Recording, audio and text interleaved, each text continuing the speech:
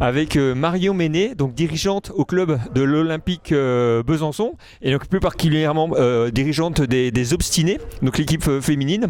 Alors c'est la fête du rugby féminin aujourd'hui à Bourguignot, la fête du rugby bourguignon féminin. C'est vrai qu'il y a un gros travail qui est fait en amont de la part de ces deux clubs respectifs pour mettre en lumière cette discipline.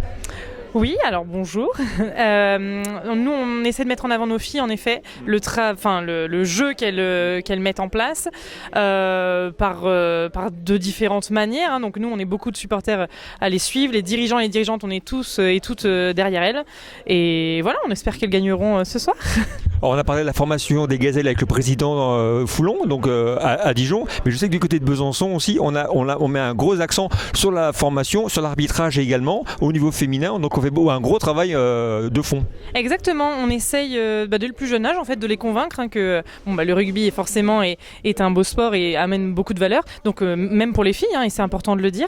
Donc nous on essaye en effet de les tenir sur le long terme en fait, de les avoir dès le plus jeune âge et qu'elles restent jusqu'en senior. Donc les cadettes sont très souvent avec nous aussi, pas forcément que à l'entraînement, mais on a une sacrée cohésion de groupe qui fait qu'on arrive à garder nos filles longtemps. Donc ça c'est plutôt chouette.